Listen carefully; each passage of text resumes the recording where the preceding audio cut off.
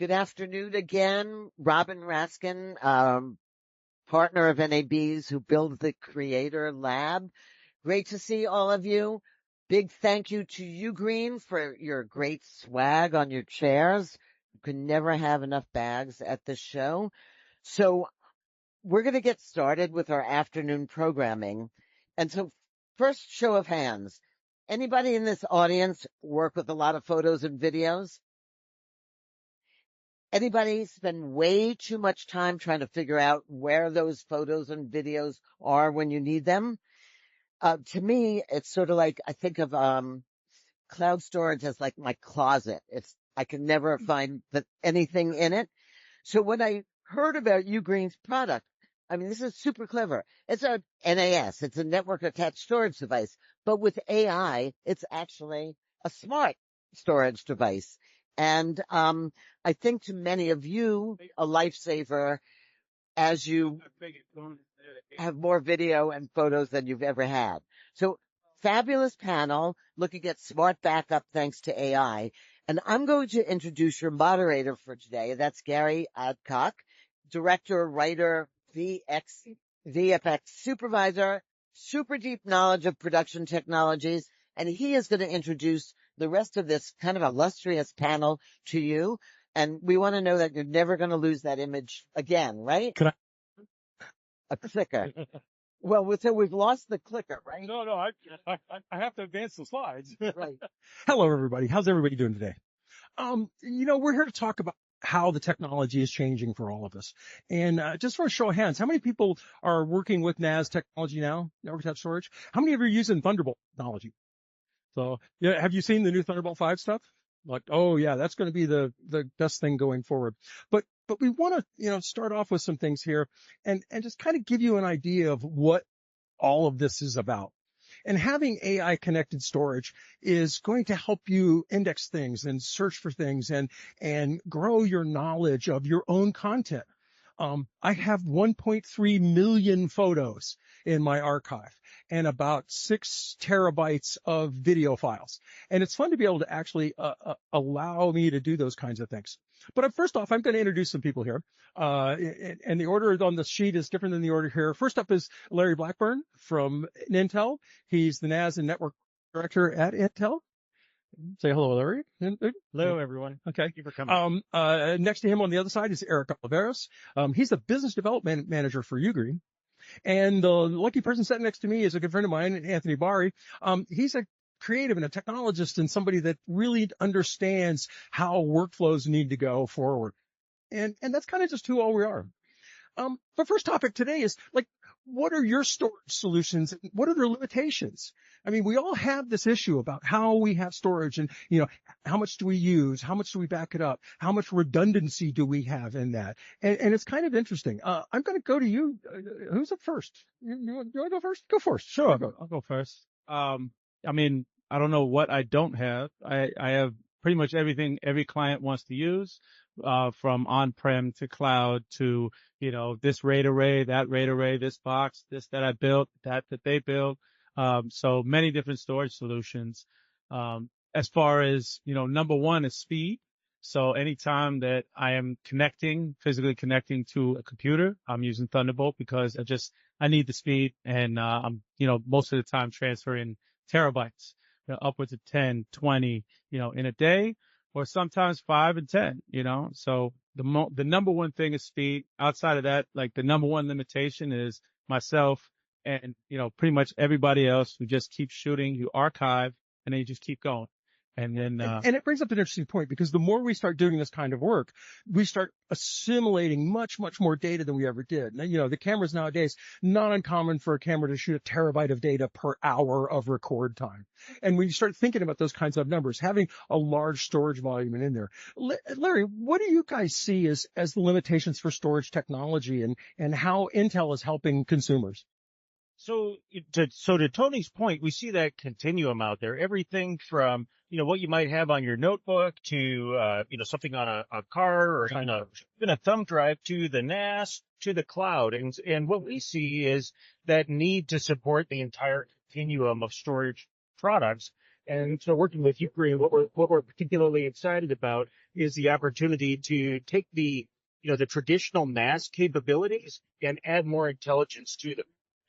Well, Eric, as the business development executive for UGREEN, what's UGREEN doing? I mean, you're the first to release, an AI NAS in the marketplace, and it shows a real forward-thinking attitude for UGREEN in the storage development areas. No, absolutely. Yeah, just to kind of add to limitations and what we're doing, we're touching base, like stuff I hear about. I mean, I can only give a consultant kind of perspective. I'm not a video editing professional, but I work with thousands of them. They come and ask questions at the booth. I met many. This is my 14th NAB, coming to the booth and hear what people want. And three things we always hear: performance, connectivity, and also capacity, So what UGREEN's doing, we're kind of merging the best of all worlds in those three aspects in regards to, connectivity. We got a Thunderbolt connectivity, Thunderbolt 4, 10 gig connectivity, capacity. We can support up to 30 terabytes per bay, on our NAS, and, performance. Our hardware, is pretty much second to none in our space for the price point and who we're targeting. So, that's kind of what we're doing. That brings up a really interesting point, Eric, because you make stuff for content creators, but you also build infrastructure products for large corporations too. And Right. That's an important aspect of all of this. And one of the things that a lot of people don't understand about NAS technology, if you work in a large corporate infrastructure, you can work with your IT department because the NAS technology doesn't have to reach out over the internet, and you can have a closed loop inside a business entity that still works in the rules of the IT department, which is not uncommon with graphics departments and production departments in large companies. So let's go on to the next one. After integrating in AIs, what will the differences be? And what role will AI play in content creators? I'm going to start with you, Tony, again, because I think it's interesting because you and I work in similar fields at totally different extremes. And it's interesting to hear, I work in cinema and high-end stuff and immersive video where it's not uncommon to generate 8 or 9 terabytes of data per day. And I need the speed and everything else. But the problem with that is the 1.5 million photos I have in my archive. So tell us about yours. Well, first and foremost, like a lot of us are already using utility AI. So like even from, tracking in the camera to, subtitles to doing transcripts inside of your NLE. Apple Maps, Google Maps. I mean, there's every autocorrect. It's all AI. And a lot of it is kind of like helping you along the process. So, for me, if I have, an exponential amount of files, indexing all those files, cataloging it, it kind of becomes this mundane task. And you really have to be in a particular mindset to work on that. So for me, I find that having the assistant of that and being able to search and have custom search and have these workflows really helps. Well, and you and I talked earlier about this because being able to identify something in a search, like, a slate or a specific time code or a camera roll, gives us so much more power than people think about when just searching video content, not just still content. Well, video content is metadata rich. So there's so much there, whether it's even the camera serial number is a part of it, even the lens serial number is a part of it, even whatever your length, your focal length was is a part of it. There's information, all the camera data, all of that's in there. And you all know that about metadata in the modern era. Everything's embedded in the native file formats that the camera shoots. So whatever camera you work on, that native file format may have as many as 12,000 metadata fields. So, Larry, from Intel's point of view, how do you see this growing the acceptance of NAS and how Intel's helping build these kind of products? So Gary, the thing that we're excited about is we've had the traditional NAS has been in market and continues to be in market. And now what we're looking at is the challenges that, professionals like yourself in the media and entertainment world are facing with the large data sizes, the metadata, more data than you've traditionally or you've had on a NAS in the past.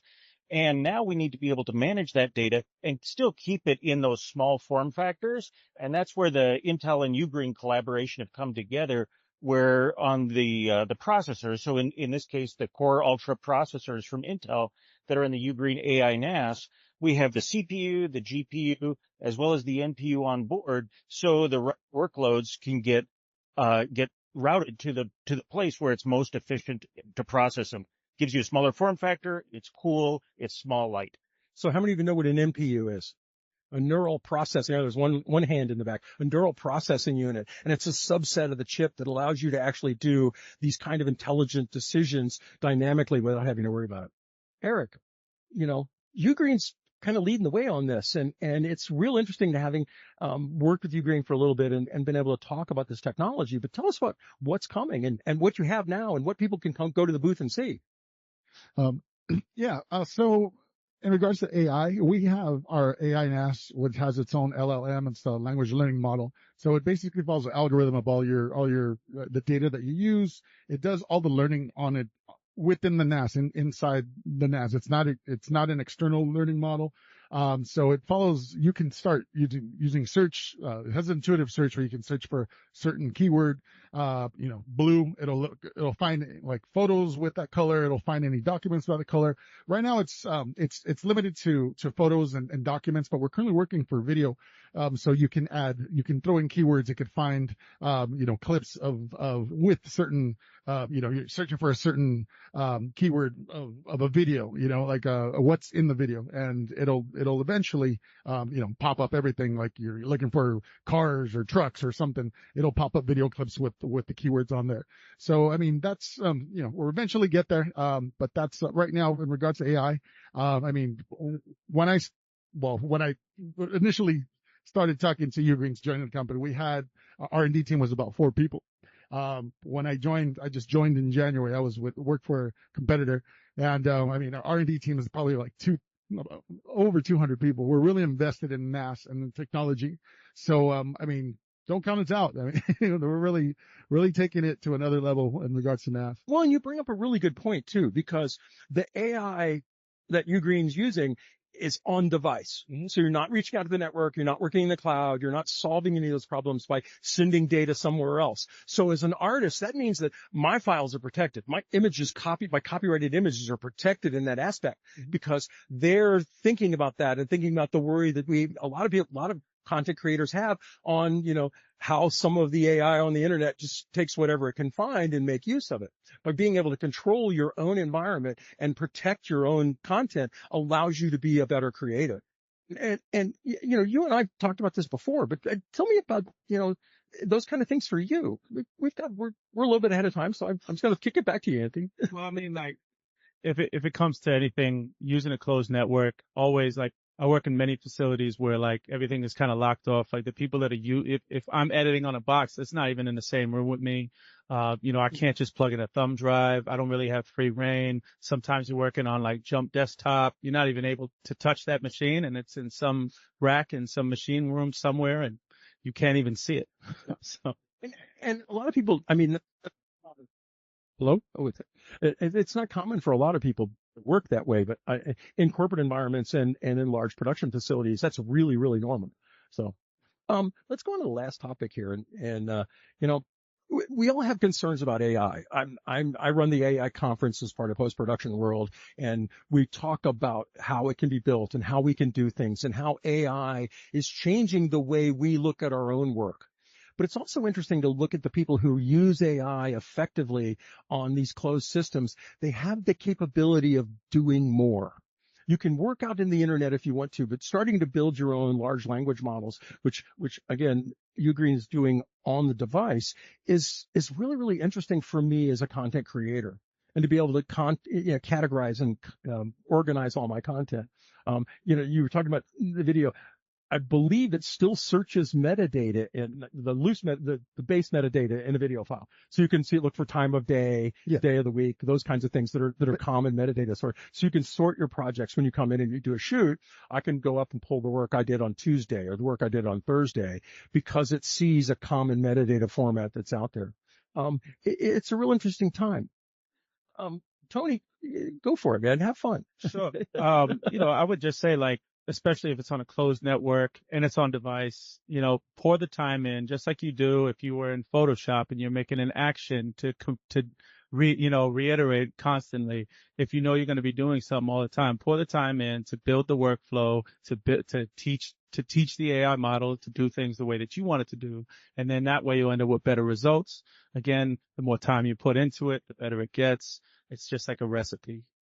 Yeah, it's like any kind of database. You have to build it and have to work on it. Larry, go ahead, Larry. Well, I was going to say, and speaking of a recipe, Tony and I were chatting earlier, and you talked about when you're going into these closed environments, ensuring that that you've done some sort of a pilot or a beta testing, which is incredibly valuable to us as the ones that are bringing the equipment and software to the creators. So could you share like your thoughts on that? I have a workbench at home, and I basically benchmark everything, and then I benchmark anything before it goes to a client. I'm never going to go do paid work unless I try it, tried and true. And at 100%, it's solid, and I get the same results. So like before it goes live, it hits my desk, and I kind of drill down and kick the tires until I'm tired of it. I told the story about one of my clients one time who their IT department, they're going to take care of the video department, and they set up this video network, and it's like, well, how much files do you use? Well, we moved a gigabyte of files. And then you looked at it for a second, like, this is slow. Why? Yeah, we moved a gigabyte of text files, Word docs. And which is not the same thing as moving a gigabyte of video. And the minute we plugged in a drive and moved a gigabyte of video, the IT guys went, this is not the kind of data I got. And this was a large entity that's a television station that you would know if I told you. But how you have those kind of battles with IT departments when you're a content creator. They always think they know better than we do about how content is moved. But when you work for yourself and you have a small company, you have to be able to understand those kind of things for yourself. And we like to share that knowledge and make sure everybody knows that the power of these tools is kind of amazing. Erick, going back to you, I mean, what does UGREEN see as the potential for all of this? I mean, ultimately, we just want to make all your workflows as easy as possible to search and keep track of all your data. So, I mean, that's like right now it's sky's the limits pretty much with what we can do with AI. But, ultimately that's what we want. We want a centralized storage that you can upload your data and all of your video files, keep track of them, find them easily. And you can just, nobody throws anything away. So That is true. Yeah, that's for sure. And how many people are worried about content security? I mean, everybody's hand should be up, because that's one of the things that I think is the most important aspect of all of this is content security and making sure that the content is usable and safe for you, for your clients. And that's an important part of this too, because of having an on-device LLM, large language model, to build this content. It's protecting you. It's giving you another layer of insulation from the internet and hackers and everything else. And it doesn't matter who you are. That's an important thing to remember is that my content's protected and it protects me, it protects my information, but it protects the content as well. And that's a big part of this. Tony, you and I have had a lot of discussions on that aspect of it. Tell me, I mean, particularly you work for different environments than I do, but every client I have is worried about the security of what we do. And I mean, we all sign NDAs and work in secret rooms that you can't put drives in and things like that. And a lot of people don't understand that security is paramount for most companies. Well, that's why it's also having client buy-in really matters. And then also kind of having people on site, depending on who I'm working with, depending on what the product is. I'll even bring the product people in. If we're trying to pilot something correctly, you got to get the answer from the product people while you're doing it. Larry, talk to us about Intel's security issues and what they're looking at, how they're protecting us in their environments. Yeah, so working with UGREEN as we just the things that are inherent in the operating system and the AI apps, we work together with their software architects from start to finish. The one thing that we have added that is unique on this platform, and you'll see it with these Core Ultra processors, is some additional software guard extensions that are designed that when the encrypted data on the drives is going and being stored in the local memory, we're creating safe enclaves so that data, if attacked either by software or with a physical attack, even though it may be on-prem, it's encrypted and it's protected. And that's an important aspect. Erick, we all talk about security and everything, but it's your company's responsibility and you take it very seriously. And it's good to see a manufacturer who's really thinking about that, not for the large corporations, but for the and the content creators and everything out there. That's a real important aspect of all of this. Oh, absolutely. Absolutely. And, of it all, besides, there's security measures that we recommend everyone taking too. Just back to the basics. There's best use cases that we recommend using, like, two-factor authentication. You want to use your strong passwords, basically all the use cases that you've been hearing for years. But, we really push that, for everyone to really, taking advantage of that. The good thing about a NAS is there's so many things that you can do.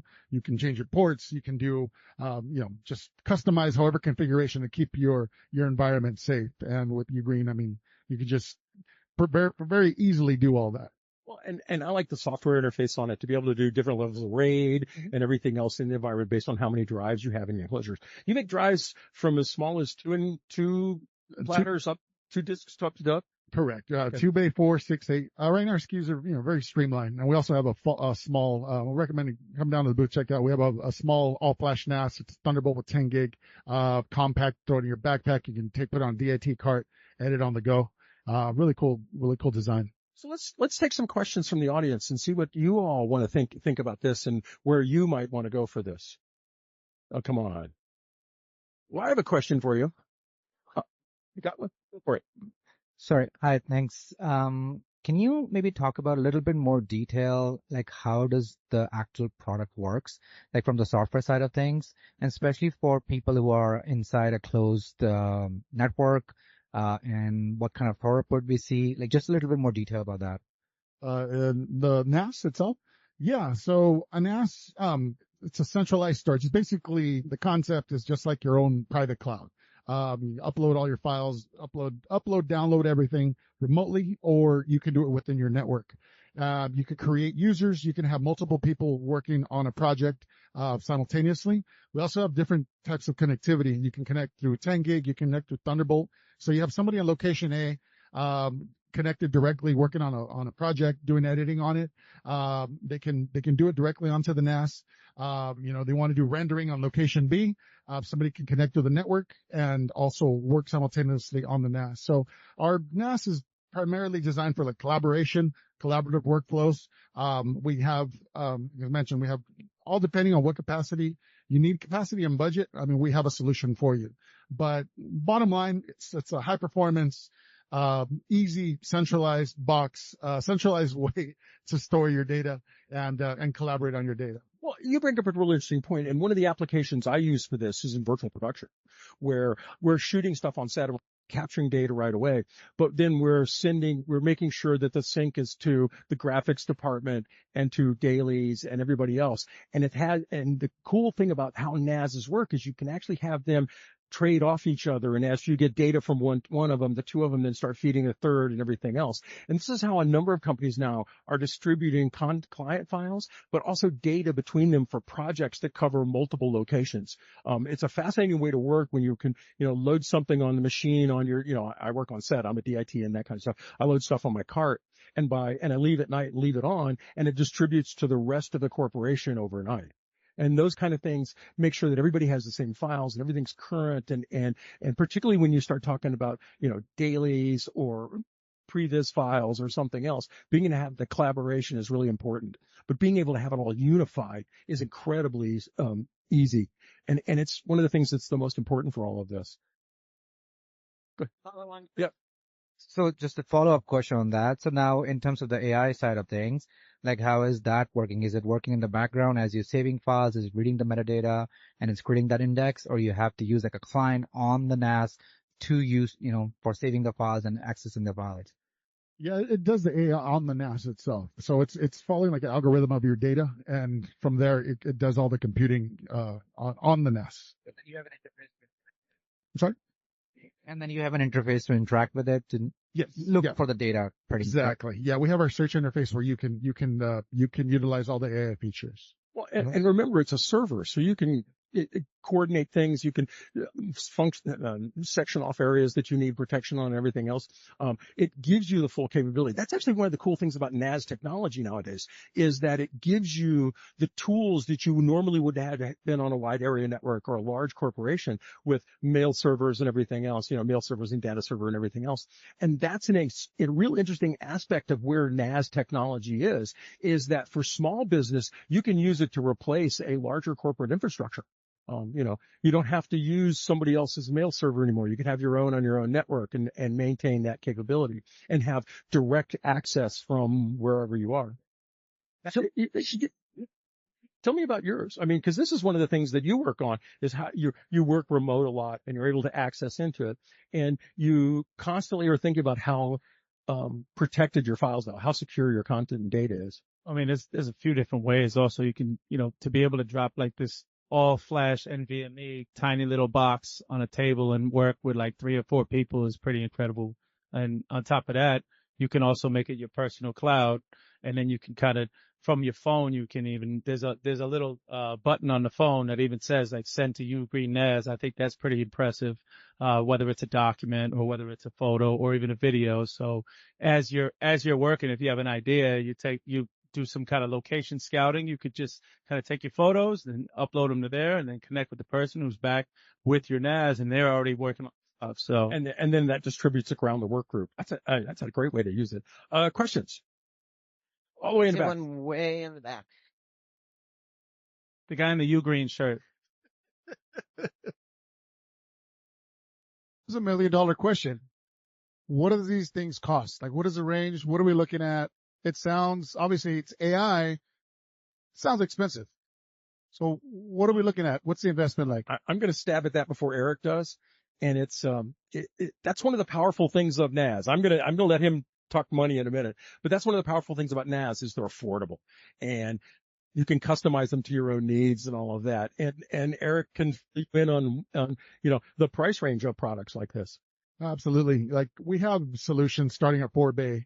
You can support up to 30 terabytes per bay, 2.5 gig, your basic NAS, just centralized storage, starting roughly about $450. And we also have one with 10 gig port, running about 600 and change. We have our 8 bay NAS, which will run you about $1,300 without drives. But you got, 2 10 gig ports, 2 Thunderbolt 4 ports, and you got up to 30 terabytes per bay. SD cards too. You get slot in the front. SD card in the front and 2 M.2s as well. We also have our the little 4 bay NAS that we keep talking about here. It's a really it's a little bigger than these cue cards here, but it's a compact NAS, 2 Thunderbolt, 4 ports, 10 gig, and it's under $1,000. You can put 4 M.2 flash drives on there, and each drive can go up to 8 terabytes per bay. So really cool, compact, throw in your backpack, take it anywhere. And that's one of the cool things about NAS technology is the manufacturers want you to configure it the way you want it to. It's not, you got to buy our storage, you got to buy our hard drives. You let people put what they want into it. And with drive technology, whether you want to do spinning disks or solid state or NVMe, and they're all different, and the speed ratings on them are all crazy. So, absolutely. Yeah. You have the freedom to choose whatever drives on our compatibility list as well. Larry, as we get to the last little bit here, Intel's enabled a lot of this in the chips and the connectivity. You're leading the way, and Thunderbolt 5 is here. And I think it's really interesting that Thunderbolt 5 is something that I'm looking forward to because of the massive amounts of data with. And we're actually going to be talking about that very shortly, aren't we? Yes. Yeah. And thanks, Gary. And again, it really comes based on the feedback that we get from, the professionals like yourselves and the audience in that content creation space, the really large amounts of data that people just, you can't wait around, or in some cases, people are actually able to do work directly on the NAS, particularly when you're using an all SSD NAS that Eric talked about. The speed is pretty amazing when you do the direct connect. So again, we really appreciate all the feedback and the inputs that we get from creators like yourself, Gary, and Tony that inform the products that we can bring to market with UGREEN in the future. Eric, Gary and Tony, you may have talked about this, but I feel like every time I buy a new piece of hardware, I need a new workflow. Like Completely. So do you find that in your day-to-day, the workflow changes when you introduce a Not NAS technology? in my world, not day to day, and I build really large ones and really small ones. I tend to keep the same principles and workflows all the time. Just because the hardware changes doesn't mean the workflow needs to change. And that's something I want to impress on everybody, is that you don't have to change how you work. It's just storage. And think about it for a second. A 10 gig NAS is 600 or so megabytes a second on average. That's fast enough to edit most content on. For content creators in particular, that's more than fast enough to do that. Anthony, we're out of time, but go ahead and. I was just going to say, I mean, if it's built well and is made for the professional market, it's going to be consistent across the board. It might sway a little bit. Maybe the color scheme on the OS changes or something like that. But outside of that, it'll be the same thing, just slightly different. We'd like to thank all you for being here. Just yell out the booth number, because I don't know. You can go see this with your own eyes. We're right here in the South Hall, right next to the Netgear booth. I believe it's 1219. I think it's SL 12. Just stand there with your hand up, and everybody will follow him to the Just booth. look for my big head. You'll see me. Erick Oliveros, Larry Blackburn from Intel, and Tony Bari. Thank you. I'm Gary Adcock. And if you want to hear more about this stuff, there's a section upstairs in post-production world off with Intel on Thunderbolt connectivity and all that. And I'm doing a couple of sessions on high-end metadata workflows later in the week. So join us.